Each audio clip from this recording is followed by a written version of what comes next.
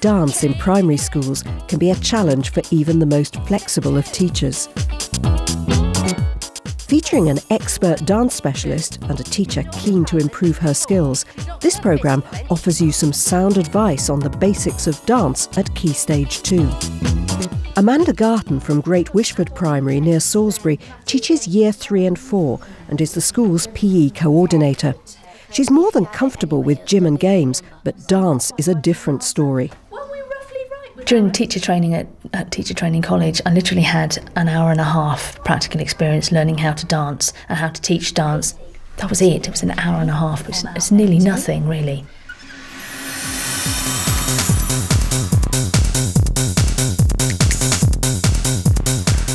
Lynn Payne is a specialist dance instructor. Her courses aim to help teachers develop their own potential, gain confidence and create a structure for lessons, which cover the objectives laid down in the QCA guidelines. 1, 2, 3, 4, 1, 2, 3, 4. I think the problem with dance is there aren't any rules laid down. There are no book of rules like there might be for some sports and some games. And so it's actually an art form, and it's about responding creatively.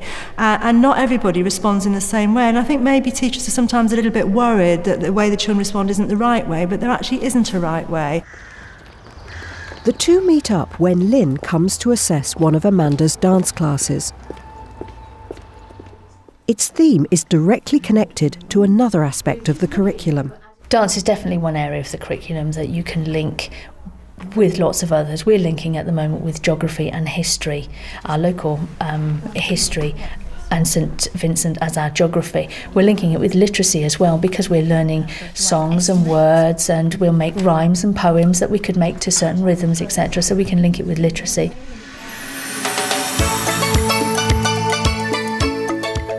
Amanda is devising a lively carnival-themed dance.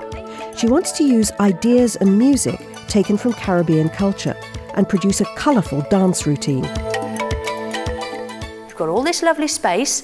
Try not to go round and round in a circle, okay? Finding those pathways in and out. Remember, moving, raising your pulse, really stretch out. High, low, big, small, all those shapes, okay? Let's go for it then.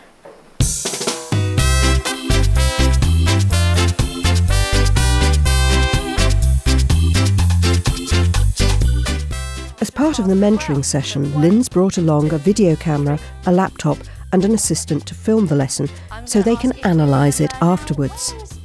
But first, let Lynn remind us of the basic essentials of any dance lesson. Each lesson should begin with a short, intensive warm-up, something a minimum of 3 minutes to engage the children, get them physically ready and mentally ready for their dance. High, low, big, small, all those shapes. And then an introductory session where they're perhaps exploring material, you set the idea, perhaps do a bit of brainstorming, try some of the moves out, get them to try them out and develop them in some way. So each time you change, I want a different step out of you. Think of the way you're doing it, using your shoulders, using your hands. And the main part of the lesson will be where you're building some sequences, perhaps as a class, perhaps as a pair or in groups, towards a dance that you're perhaps going to work on over the next few weeks. Well done. Give them a clap. Well done. Well done. This team. Then you need a few minutes at the end to recap and think about what you've been doing, a bit like the plenary in any other lesson, and then a cool-down activity to get them mentally and physically prepared for what happens after the dance lesson. So we're going back to our normal state. So our bodies are cooling down. Our heart rate is slowing down, and we're nearly ready to go and get some lunch. So how does Amanda's lesson match up to the criteria set by Lynn? What I really liked about this was the way that you got stuck in and you demonstrated, and when you felt that they were running out of ideas or they weren't thinking very imaginatively, you gave them some suggestions and picked up on some of their ideas, and they responded very well to that. What about the top half of your body? Oh, I like that one. He's been a strong man. Cool, that's a good one already. I like that one. Excellent. Think about using your arms as well. Okay. One of the things you might well have done at this stage was maybe give them some very clear directions to move in. So, you know, let's all go sideways or... Right, okay, yeah. Excellent. Feel the music. You've just done it without the music. Try and feel the music this time. It's nice and poppy. Think of yourself in the hot sunshine. A bit difficult today with the rain. The sun is beating down. You've got a great big costume, lots of feathers and sparkles and sequins. You like. Now, one of the things I think you became aware of was that the steps weren't necessarily in the style that you wanted, the carnival style and the style of the music. So take me through some of the things you kind of thought, asked them to do to try and get into that style. I asked them to slow it down, so just feel that rhythm, slow it down, which is why I reminded them again about the costumes and the amount of time it would take. Had you talked about that in the classroom first? They've looked at the books and things on the display. Right. We haven't had a huge session on the costumes, etc. I wanted them to get into the feel of the dancing first, and then later on, when we've got more time at the end, towards the end of the topic, to design some carnival costumes, which would be good.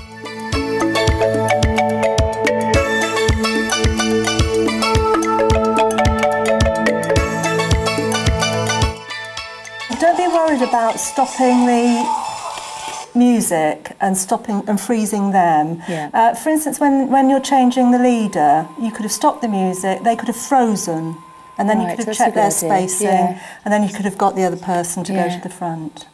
I'm going to say change. I'd like the person at the front to go to the back. Go to the back, Lucy. And the person who is now at the front to keep walking. Taking your procession on a spaghetti pathway in and out, but not just walking, changing the way you make a step.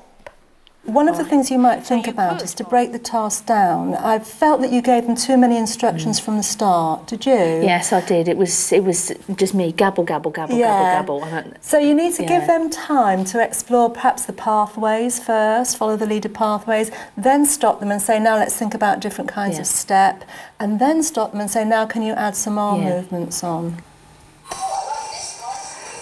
I thought, considering they weren't used to this space and they hadn't done a lot of dance, actually they were very confident, and you encouraged that with the task that you set. They might have been more confident if you'd actually set something specific, like we're going to travel forward with this bit, we're going to travel backward with this bit, we're going to do steps to the side, you know, so they actually had an idea of a structure before you started. So they had a bit more direction to start with. Can you feel it? Yeah. Is it making a rhythm, Matt? Tell me the rhythm. Put your hand on your heart. It does it twice and then stops. Absolutely right, it does. Can you feel yours? Is it beating a bit faster than it would normally? We must have warmed up then. Here's the bit I'm really interested in, and I think was really good teaching, is where you made reference to how the heart beats faster following the warm-up, and they're all feeling their heartbeat and talking about how it feels. Yes, I mean, one of our science topics at the moment is the human body anyway, so that's another nice link in.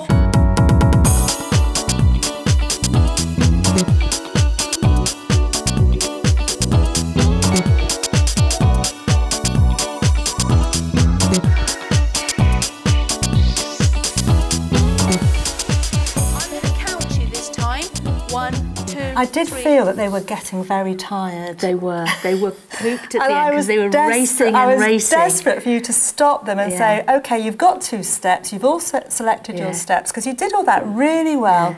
All the compositional skills were there, exploring, selecting, developing and refining, but they were still whizzing around the room, and I wanted you to stop them and say, now let's add something you can do on the spot, so that they had a resting kind of brief at that point. So that's one possibility.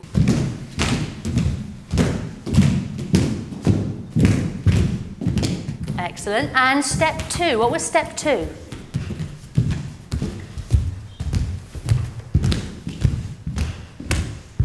Now, can anybody be critical friend? Can anybody give them any advice? What would you do? That they could do more stretching to it.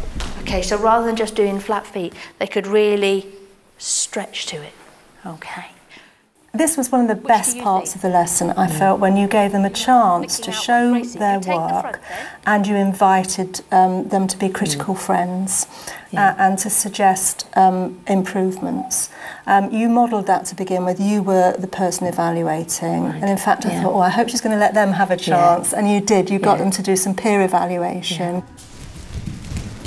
Critical friends, how do you think they could improve and make the 2 steps different? What they do at this age, though, is they suggest something quite different. Did you notice that? They say things like, I think she ought to do it this way. Exactly, yeah. Rather than actually letting them have a choice about how they develop it. Yeah. They always want to give their own idea, They do, don't they? very much so. And it's always pretty much what they've just done. Okay, so rather than both doing like that, they could stretch out. And you think they could change their arms completely. You wanted them to put their arms on their shoulders and you want them to really stretch out with their arms.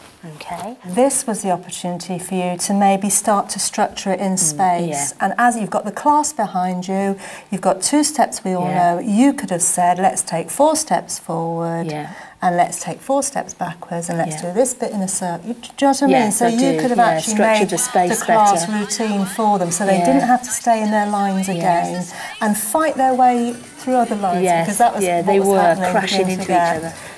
Right, just while you're standing, just cool down a second. Hand on your heart.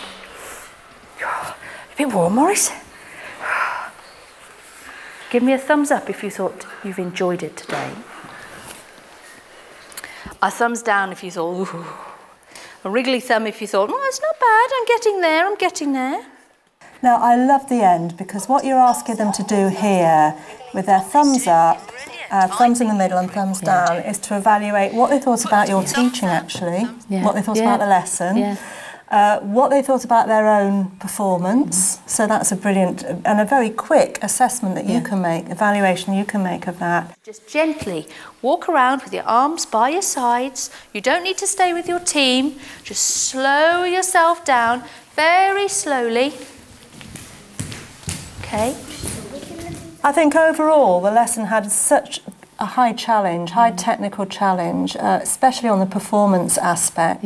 And they're all really geared up for moving forward and you know, you can only move on from here. Well done. Thank you. The benefits of Lynn's chat was it's reassurance as much as anything, because unless you get somebody that says, well, that was good, you never know, do you? You just don't ever know. So it was really nice that Lynn could say some really nice. She made some nice comments. She made some very poignant comments as well, which I totally agree with. And when it always takes somebody else to point out the blethering obvious. I could see where I could make improvements next time. I could see that I was talking too much in certain places. I could see that I was doing some good things in places as well with the movements and encouraging the children, etc. And it was really good to see what the children were doing, because you can't watch all of them all the time.